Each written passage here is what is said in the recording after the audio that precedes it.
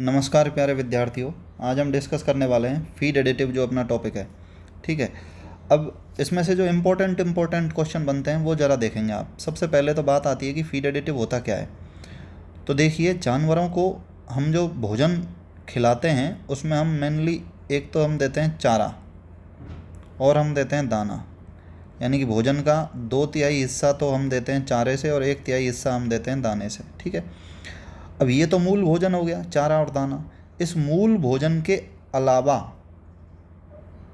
जो बहुत अल्प मात्रा में जो रसायन दिए जाते हैं, मूल भोजन के अलावा जो अल्प मात्रा में जो रसायन दिए जाते हैं उनको हम बोलते हैं फीड एडिटिव। तो परिभाषा देखेंगे कि पशुओं की विशिष्ट आवश्यकताओं जैसे फीड दक्षता में सुधार, यानी कि जानवर ज़्यादा मात्रा में भोजन ग्रहण करेगा, इसकी वजह से उसका शरीर का वजन तेज़ी के साथ बढ़ेगा, बीमारियां नहीं होंगी उसमें। ठीक है, तो विशिष्ट आवश्यकताओं की पूर्ति के लिए मूल भोजन में जो अल्प मात्रा में रसायन जोड़े जाते हैं या मिलाए जाते हैं उनको हम बोलते हैं फीड एडिटिव। तो मूल भोजन क्या हो गया, चारा और दाना। इसके साथ जो अल्प मात्रा में रसायन मिलाए जाते हैं उनको हम बोलते हैं क्या, फीड एडिटिव। अब इसमें हम मेनली पढ़ रहे हैं पोल्ट्री में जो फीड एडिटिव काम में लेते हैं। तो सबसे पहले तो देखेंगे एडिटिव जो भोजन ग्रहण करने की मात्रा को बढ़ाते हैं, यानी कि पोल्ट्री ज़्यादा मात्रा में भोजन ग्रहण करे। इसके लिए एक तो एंटीऑक्सीडेंट, एक फ्लेवरिंग एजेंट और एक पैलेट बाइंडर। एंटीऑक्सीडेंट का क्या मतलब होता है, अगर मोटे मोटे तौर पर हम बात करें तो एंटीऑक्सीडेंट का मतलब है जो शरीर के अंदर जो फ्री रेडिकल बनते हैं, जो विषाक्त पदार्थ बनते हैं, उनको नष्ट करने का काम करेगा। तो शरीर स्ट्रेस फ्री रहेगा, तनाव मुक्त रहेगा, तो ज़्यादा मात्रा में पोल्ट्री भोजन ग्रहण कर पाएगी। इसका एग्जाम्पल है butylated hydroxy toluene, butylated hydroxy anisole, BHT, BHA वगैरह। ठीक है, फ्लेवरिंग एजेंट जिसकी वजह से फ्लेवर डेवलप होगा, यानी कि हम ये कह सकते हैं कि सुगंध आएगी, तो पोल्ट्री नेक्टर जो है इसकी वजह से पोल्ट्री ज़्यादा मात्रा में भोजन ग्रहण कर पाएगी। पैलेट बाइंडर, जैसे इस तरीके से अनाज के साबुत दाने थे उनको बारीक पीस लिया, ये साबुत दाने थे इनको बारीक पीस लिया, पीसने के पश्चात हमने इनके क्या बना दिए, ब्लॉक बना दिए, ऐसे पैलेट बना दिए। तो अब ये जो पिसे हुए दाने हैं ये बंधे हुए रहें, इसके लिए हम इसमें पैलेट बाइंडर मिलाते हैं क्या, सोडियम बेंटोनाइट, चिकनी मिट्टी, ये इंपॉर्टेंट है। मोलासेस मिलाते हैं, ग्वार मील मिलाते हैं। ठीक है, ये हम मिलाते हैं ताकि ये पैलेट के रूप में बना रहे भोजन। ठीक है, ताकि भोजन की बर्बादी ना हो। और आप देखिए, आप जब मावा वगैरह खाएं, खोआ वगैरह, तो आप कम मात्रा में खा पाते हैं, लेकिन मिठाई जो है वो ज़्यादा खा पाते हैं आप। ठीक है, तो सेम वैसा ही कंसेप्ट है कि एंटीऑक्सीडेंट, फ्लेवरिंग एजेंट और पैलेट बाइंडर। पैलेट बाइंडर के रूप में सोडियम बेंटोनाइट यानी कि चिकनी मिट्टी, मोलासेस, सीरा, ग्वार मील वगैरह काम में लेते हैं। सुगंधित हो भोजन, इसके लिए पोल्ट्री नेक्टर मिलाया जाता है और एंटीऑक्सीडेंट में BHA और BHT मिलाए जाते हैं। ठीक है, एडिटिव जो पीलेपन को बढ़ाता है। अब पीलेपन की ज़रूरत कहाँ पड़ गई, ये अंडा है, माना अंडे के अंदर ये होता है योक, ये फैट होता है। तो योक के पीलेपन को बढ़ाना, अंडे की गुणवत्ता अच्छी हो सके, इसके लिए पीलेपन को बढ़ाना है, तो हम जेंथोफिल, मक्का, कैंथाजेंथिन और रिज्का खिलाते हैं। ठीक है, इसमें आपको जेंथोफिन, मक्का और कैंथाजेंथिन याद रखना है। ये हो गए कि भाई पीलेपन को बढ़ाने के लिए कौन कौन से काम में लेते हैं। ठीक है, फिर नेक्स्ट यहाँ बात आती है कि पाचन और अवशोषण को बढ़ाने का जो काम करते हैं। तो पाचन और अवशोषण को बढ़ाने का काम ग्रिट, यानी कि लाइमस्टोन, चूना पत्थर वगैरह जो होता है, कंकड़, ये जो होते हैं, ताकि भोजन की पिसाई अच्छे से हो सके। चीलेट के रूप में EDTA काम में लेते हैं। एंजाइम के रूप में बीटा ग्लूकेनेज काम में लेते हैं। ये बीटा ग्लूकेनेज क्या काम करता है, बीटा ग्लूकेन, ये बीटा ग्लूकेन्स जो है ये पाया जाता है जौ के अंदर, पोषक विरोधी कारक है।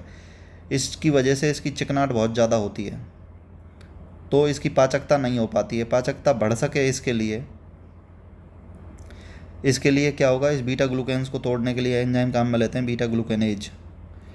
फिर हम बात करते हैं प्रोबायोटिक, लैक्टोबैसिलस और स्ट्रेप्टोकोकस जीवाणु के फ़ायदेमंद स्ट्रेन, यानी कि ऐसे फ़ायदेमंद जीवाणु जो मुंह के रास्ते ग्रहण किए जाते हैं, ताकि जो पाचन तंत्र के अंदर जो सूक्ष्म जीवियों का संतुलन है वो अच्छा बना रहे, ताकि पाचकता अच्छी रहे। ऐसे फ़ायदे करने वाले जीवाणुओं को हम बोलते हैं प्रोबायोटिक। एंटीबायोटिक्स में पेनिसिलिन और स्ट्रेप्टोमाइसिन हो सकती हैं। ठीक है, ये हो गए। नेक्स्ट हम बात करेंगे एडिटिव जो उपापचय को प्रभावित करते हैं, मेटाबॉलिज्म को, हार्मोन, जैसे डाइथाइल स्टिल्वेस्ट्रॉल, थायरोक्सिन हार्मोन, ये आपको याद रखना है। और जो हेल्थ को अच्छा रखते हैं तो एंटी फंगल, ठीक है, तो फंगल डिजीज़ नहीं होनी, तो एंटी कॉक्सीडियल, कॉक्सीडियोसिस के विपरीत काम करेगी एंटी एलमेंथिक ड्रग जो कृमिनाशक हो गई। तो कुल मिला के ये सब चीज़ें हैं। अब इसमें जो इम्पोर्टेंट पॉइंट हैं वो 2-3 पॉइंट हैं। एक तो प्रोबायोटिक क्या होता है, प्रीबायोटिक क्या होता है, सिनबायोटिक क्या होता है। प्रोबायोटिक तो मुंह के रास्ते जो गैर रोगजनक जीवित सूक्ष्मजीवियों का कल्चर है, यानी कि ऐसे जीवाणु जो हमारे लिए फ़ायदेमंद हैं और वो बीमारी नहीं करते हैं, तभी फ़ायदेमंद है। तो गैर रोगजनक जो बीमारी नहीं करते हैं, जीवित सूक्ष्मजीवियों का कल्चर जो मुंह के रास्ते ग्रहण किया जाता है, उसको हम बोलते हैं प्रोबायोटिक। इसका फ़ायदा क्या है, ये आंतों के अंदर सूक्ष्मजीवीय संतुलन को बनाए रखने में सहायक होता है ताकि पाचकता अच्छी रहे, ठीक है। इसका एग्जाम्पल है लैक्टोबैसिलस और स्ट्रेप्टोकोकस जीवाणु के फ़ायदेमंद स्ट्रेन, ठीक है। अब प्रोबायोटिक अगर हम प्रैक्टिकली बात करें तो जैसे घरों में हम दही खाते हैं तो दही में लैक्टिक एसिड बैक्टीरिया होता है, ठीक है। दही जो है वो प्रोबायोटिक की तरह काम करती है। अब यहाँ बात आती है प्रीबायोटिक क्या होता है। प्रीबायोटिक, ये जो प्रोबायोटिक जीवाणु हैं, ये जो सूक्ष्मजीवी हैं प्रोबायोटिक, इनके लिए जो भोजन होता है उसको हम बोलते हैं प्रीबायोटिक। हमारे लिए नहीं, इन जीवाणुओं के लिए। तो गैर पाचन योग्य खाद्य पदार्थ जो आंत में पाए जाने वाले जीवाणुओं की वृद्धि को चुनिंदा रूप से बढ़ाते हैं, यानी कि प्रोबायोटिक बैक्टीरिया के लिए जो भोजन की तरह काम करता है वो है प्रीबायोटिक। तो देखिए प्रोबायोटिक तो क्या हो गया, प्रोबायोटिक्स तो जीवाणु हो गए फ़ायदेमंद, और इन जीवाणुओं का जो भोजन है उसको हमने बोल दिया प्रीबायोटिक। ये हो गया जीवाणुओं का भोजन, और इन दोनों को, जीवाणु और उसके भोजन को मिलाकर हमने बोल दिया क्या, सिनबायोटिक। क्या बोल दिया भाई, सिनबायोटिक। अब इसमें एग्जाम में जो क्वेश्चन पूछे जाते हैं ना, वो प्रोबायोटिक की डेफिनेशन पूछी जाती है, प्रीबायोटिक की पूछी जाती है, ठीक है, बहुत इंपॉर्टेंट है भाई।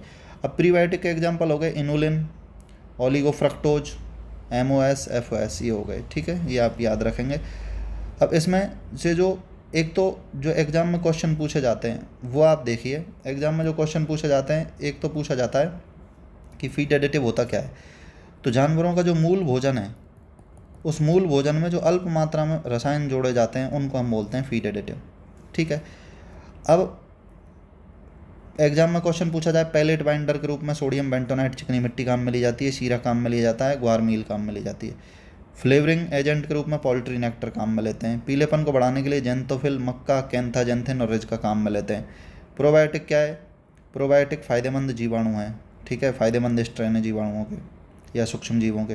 एंजाइम कौन सा काम में ले रहे हैं, बीटा ग्लूकेनेज काम में लेते हैं। एंटीबायोटिक पेनिसिलिन और स्ट्रेप्टोमाइसिन। फिर उपापचय को प्रभावित करने वाले हार्मोन कौन कौन से हो गए, डाइथाइलस्टिलवेस्ट्रॉल और थायरोक्सिन हार्मोन हो गए, ठीक है। और फिर डेफिनेशन पूछी जाती है प्रोबायोटिक, प्रीबायोटिक और सिनबायोटिक। तो प्रोबायोटिक क्या है, प्रोबायोटिक जीवित सूक्ष्मजीवियों का कल्चर है जो बीमारी पैदा नहीं करते हैं, जो हमारे शरीर के लिए फ़ायदेमंद हैं या जानवरों के शरीर के लिए फ़ायदेमंद हैं, ठीक है। तो आंतों के अंदर सूक्ष्मजीवीय संतुलन को बनाए रखने का काम करते हैं, वो तो हो गए प्रोबायोटिक। और ये प्रोबायोटिक जीवाणुओं के लिए जो भोजन होता है उसको हमने बोल दिया प्रीबायोटिक। इसका एग्जाम्पल हो गया इनुलिन, ओलिगोफ्रक्टोज वगैरह। और इन दोनों को मिला दें तो हम बोलते हैं सिनबायोटिक। सिम्बायोटिक नहीं है, सिनबायोटिक है, ठीक है। तो इस तरीके से प्रोबायोटिक क्या होता है, प्रीबायोटिक क्या होता है, सिनबायोटिक क्या होता है, इस टाइप के क्वेश्चन, फीड एडिटिव होता क्या है, ये इस टाइप के क्वेश्चन जो हैं एग्ज़ाम में पूछ लिए जाएँ, इसके लिए मैंने ये वीडियो भी बना दिया है। तो इस तरीके से अच्छे से भाई पढ़ेंगे और टेंशन नहीं लेंगे पेपर को लेकर, ठीक है। नॉर्मली आने वाला है पेपर।